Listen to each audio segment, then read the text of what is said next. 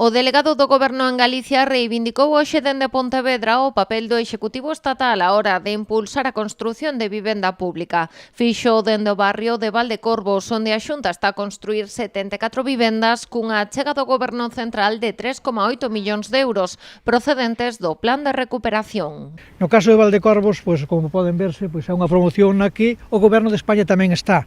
Pese a que, pois, polo de agora pareceme que a propia Xunta de Galicia, a conselleira, pois veu 3 ou 4 veces e a verdade é que non estivemos porque non sabíamos que viñan nin nos convidou, polo tanto, e que contan coa financiación en máis do 26% por parte do Goberno de España.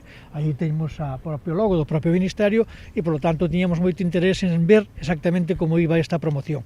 Pedro Blanco apuntou que a cidade de Pontevedra conta con case 2.000 demandantes de vivenda pública rexistrados, cifra que se eleva a preto de 15.000 na provincia, case a metade do total de Galicia. Son as primeiras 74 vivendas de promoción pública que dende o ano 2015 que non se fixe ninguna vivenda se entregan en Pontevedra. E esas que se entregaron en 2015 tamén teño que dicilo, foron vivendas que se aprobaron no goberno do presidente Pérez Touriño. Por lo tanto, creo que en este caso a urxencia e emerxencia ocupacional por parte do Goberno de España estáse atendendo, estamos atendendo absolutamente en todos os frentes.